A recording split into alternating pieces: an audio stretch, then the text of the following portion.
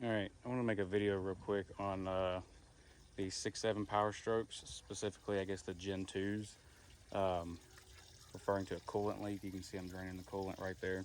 So I've seen a lot of people that talk about your crossover lines up here that start leaking, or a radiator hose or something like that.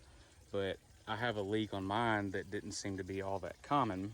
And you can see actually right down there where that leaf is, that's the puddle on the ground that happens every time I park it and then it gets cold.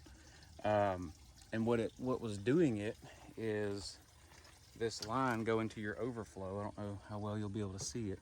This line right here where my finger's pointing. So I don't know if the O-ring went bad in it or what. The little bit of information that I have found on it, people are saying they've had to replace the tank as well. I'm going to not replace the tank this time. I'm going to see if maybe I can get away with just replacing this hose. The hose that I got is in here.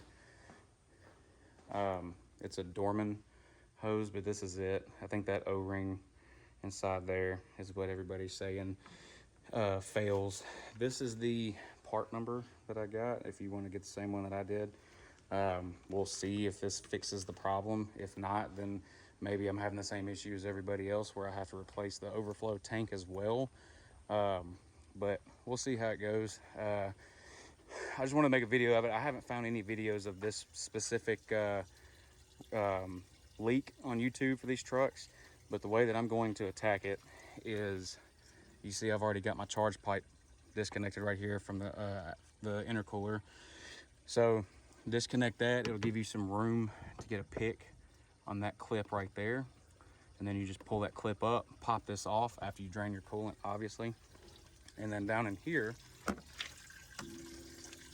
you can see, well, it's kind of hard to see, but right there, that is the coolant line, goes to the, I guess that's the water pump, maybe, I can't really see in there, but it's just got a little clamp on it right in there.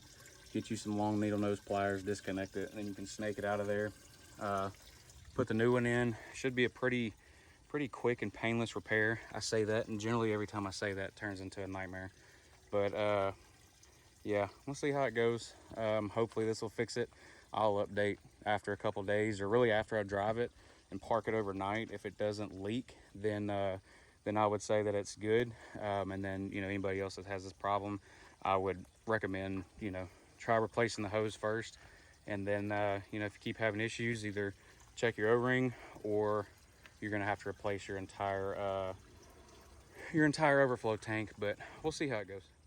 All right, update on the old stroke of power repair. Sticking a pair of needle nose pliers through here, yeah, that was that's laughable. Again, remember how I said this repair should go easy? Yeah, I jinxed myself. I know better than to do that, but I did it anyway. So what I ended up doing was just peeling back the fender well right here until about this point, and just kind of, peeled it back right here. I had better access to get in there. And then after that, it was pretty self-explanatory. The old hose, which is right here, it just has a clamp on there. It sits in there just like that, so you'll be getting it kind of from the left side. But undo your clamp, it'll pop right off. Make sure you drain enough coolant out. I filled up a 5-gallon bucket and then took it off, and still made a mess over there, as you can see. So you're probably going to lose some coolant. But yeah, so far the truck hadn't completely cooled down, but I've got coolant back in it above the hose, so I know it's not leaking there. Overflow has been pressurized and all that kind of stuff, so at least that part of it's good. Telltale will be in the morning. If I come out and there's a puddle under it, then I'll know this didn't work. But so far so good. I'm pretty confident that this is gonna repair it.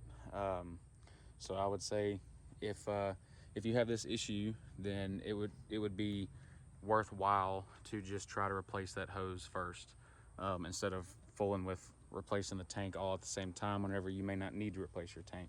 So give that a shot. If it still gives you fits or issues or anything like that, you know, may need to look in replacing the tank or the little O-ring that's down in there. I have some spares, but yeah, I think that will solve your problem.